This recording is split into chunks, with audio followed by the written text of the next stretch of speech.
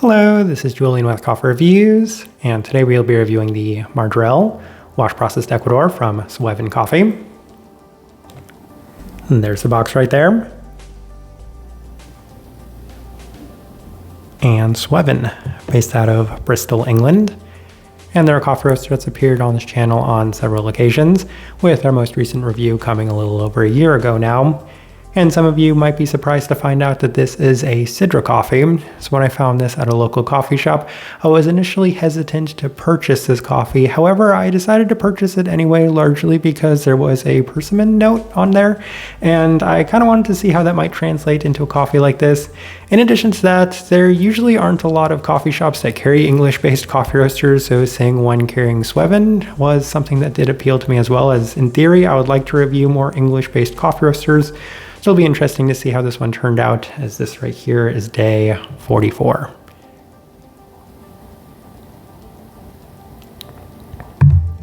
And recipe we went with for this coffee was a lower extraction one at a 15:1 water to coffee ratio, brewed at 93 degrees Celsius, about 199 degrees Fahrenheit. And I like this one best through the V60, which does indicate a more medium fine grind. However, we went a little bit more coarse on that grind as well. Now, roast profile for this coffee, this is probably the second lightest roasted coffee roaster I've had from an English-based coffee roaster, with the first, of course, being Scenery, which does feel a little lighter than it had in the past as well. And interestingly enough, the first couple of experiences I did have with this coffee were reminiscent of some of the coffees we had had from Hydrangea earlier this year. Now, keep in mind that Hydrangea has apparently gone even lighter on their profile than they were earlier in 2025, so that might not necessarily be an ideal comparison. But this coffee probably reminded me the most of early 2025 Hydrangea.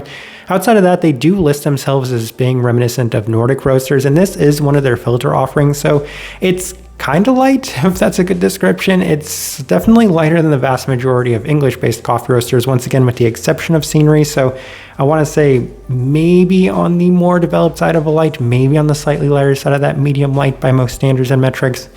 With all that out of the way, let's go ahead and start discussing this coffee. Day 14, first impression through the V60, and the coffee does have a little bit more sweetness than expected for a sidra, while offering plenty of similarities to other Ecuadorian coffees, largely some of the Hydrangea Ecuadorian coffees that we'd had in the past. So it reminded me a fair bit of some of the Pepe coffees that we'd had from Hydrangea earlier in the last couple of years. Outside of that, there's a little bit of a kind of botanical-like characteristic and some spiced qualities that are very reminiscent of what you might expect from sidra coffees. So I would say it was actually a mixed first impression, as I want to say it was kind of in line with my expectations, but even then, I still had some optimism going forward. Day 17 through the Chemex, and it was significantly less impressive today, so a lot of the optimism that I had did seem to dissipate this time around, as it was almost Colombian-like in the berry sense. So those heavier, darker berries, oftentimes I associate that with being reminiscent of darker grapes, more of a tropical intensity, and some spiced qualities in a heavier than expected sense. So the second impression, certainly not to my own preferences. And again, it's a sidra coffee. It's from an English-based coffee roaster, so I think there are a lot of expectations for something like this not really being in line with my own preferences. Day 20 through the UFO brewer, and the coffee is the best it has been to this point, as its best right-off brew, offering a pretty notable sugary fruit quality that's in line with the listed persimmon. So I saw it translate a little bit more this time around. Additionally, a mostly tropical forward experience with less of these spiced and heavier qualities to it, so I'm seeing this coffee trending in a more positive direction. Day 24 through the V60 with Sweven's recipe, which is pretty close to ours. It's an interesting 16.1:1 water to coffee ratio, brewed at 95 Celsius, so not too dissimilar to our own, and it does feel slightly improved, though it's hard to tell whether or not it's from the very slight adjustment we made or the natural progression of this coffee. It's still a bit heavy and fermenty, but slightly better defined overall, with a more prominent spiced tropicality, so that's not really much of a selling point to me. I don't love the overly tropical characteristics or the spiced qualities of a coffee, so I would say improvement if you're looking for greater definition and intensity to those qualities. Day 27 through the Chemex with Sweven's recipe, and the coffee has continued to be a little bit more heavy and fermenty than the average, we'll say, wash Ecuadorian coffee.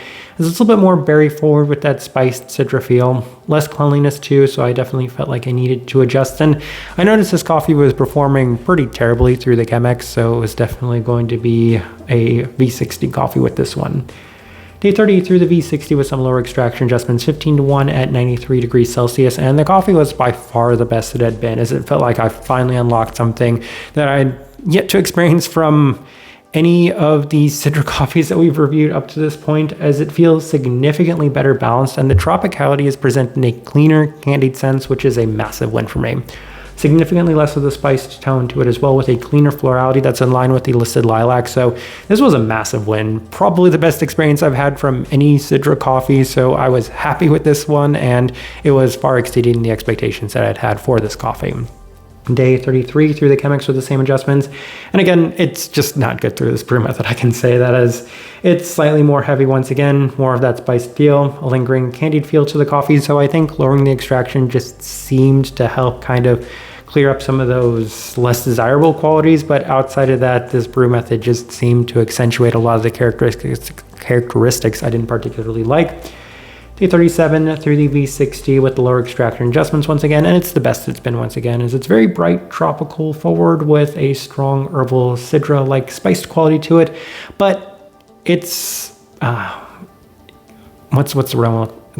Palatable? It's okay. It's to the extent where it's not too overbearing, so I learned to live with it within this coffee. Strong yellow feel in a floral and fruit sense, with a strong tropical berry quality to it, and a prominent spiced feel once again. So I'd have to say that I was just really happy with the way that this coffee did progress over time. Some of the adjustments we made definitely seemed to help, but I also think it was a little bit of a byproduct of the natural progression of this one. All right, let's go ahead and put up the tasting wheel so you can see what we're getting.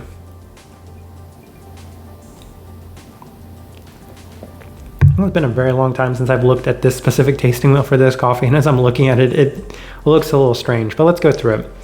We'll start with the cleanliness level 4. That's a massive win. When it comes to sidra coffees, when it comes to, I want to say, a lot of English coffees, it's difficult for me to get a lot of level 4s, mostly because they're usually on the more developed side of things. And I don't think that's necessarily a negative thing to say, but with the exception of one or two English-based coffee roasters, that's usually what a lot of people tend to experience from these coffees. And having this one be clean for both a sidra and an English-based coffee roaster, that's going to be a massive win within this review. So level 4 cleanliness, really nice definition to the tropicality within this coffee, while not offering too many fermenty or heavier qualities to it.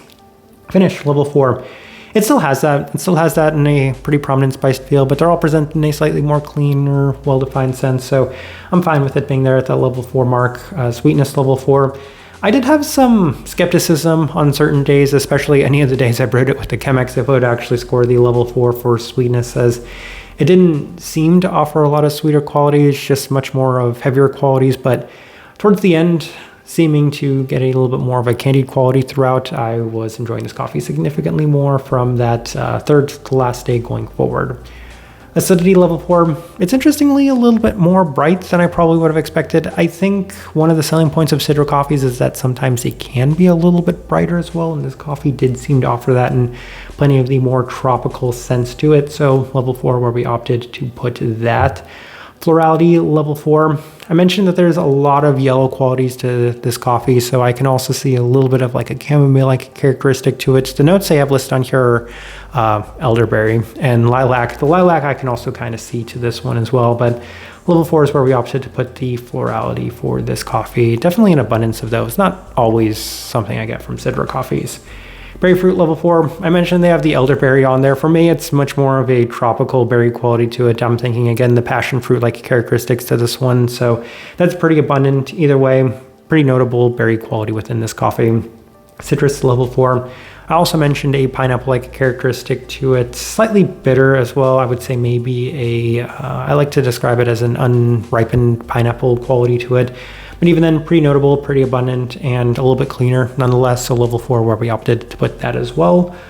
We have quite a few level 3s, and that's what I was saying about this tasting. It looks a little strange. Spice level 3, Sidra coffees just have that spiced characteristic to them, and that's one of the least enjoyable aspects of a Sidra coffee for me. But in addition to that, the saltiness is pretty high. Level 4, that's very high for a coffee. It did feel unusually salty throughout. Stone fruit, level 3. I didn't touch on that too much, largely because it was overshadowed by the citric and berry qualities of this coffee, but I can definitely see more of those tropicals. So mangoes, obviously the first thing that comes to mind when it comes to a stone fruit characteristic of something like this. And then 2 final things, we're discussing the savoriness there at the level 3 mark. Again, that's a testament to that spiced Sidra feel. It presents in an herbal sense as well, so I mean, not really my thing. Not really my thing whatsoever. Final thing we're discussing, body level 3. Plenty of texture to it. I think that was always to be expected. I don't really have too much to add to that. More medium-bodied cup of coffee. Outside of that, though, as I'm looking at this tasting wheel, while it's a slightly strange-looking tasting wheel, I do think it is a pretty good representation of what I was getting from this coffee. All right, so my overall thoughts and impressions of this coffee, it far exceeded my expectations. So again, going into this, in theory, this is not a coffee that I would enjoy whatsoever. And I wouldn't necessarily say that the first 2 notes are characteristics that I got a lot of. Elderberry, though truth be told, I don't know too much what that tastes like, and persimmon, which I have had 2 of those in my entire life. Also don't really know what that would taste like too much, other than a pretty sugary quality from what I remember of the 2 that I have had in the past. But outside of that, it acted like a very tropical Sidra coffee, presented in a more candied sense and a cleaner sense, and all of those descriptors for a Sidra coffee is a massive win for me. So I can say probably my favorite Sweven coffee, probably my favorite Sidra coffee. Even if the bar is set very low for Sidra coffees, it still exceeded the experiences I've had from them in the past. So pretty positive in general. That kind of leads into the type of person I would suggest this coffee to. If you do like really clean tropical coffees and you like the spiced characteristics of a Sidra coffee, I feel like this one's a very nice fit for you. I mean, the profile isn't too heavy in either direction. It's not too light. It's not too developed. I didn't get any sort of roast or smoky qualities within this coffee. I did have to lower the extraction a bit to kind of tone down the fermentiness of it, but even then I was rewarded by the more clean, candied quality tropicality of this coffee. So there's a lot of positives to be found in this one, and this is coming from somebody that has generally not liked pretty much any Sidra coffee they've had in the past. So a lot of positive things to say about this one. Kind of the best way I can leave this review. If you by chance had an opportunity to try this coffee or anything from Sweven, I'd love to know your thoughts and impressions a bit, or them as well. If you're enjoying the content, give this video a like, subscribe if you're not already subscribed. This right here has been a review of the Majorelle wash processed Ecuador from Sweven Coffee. Thanks for watching.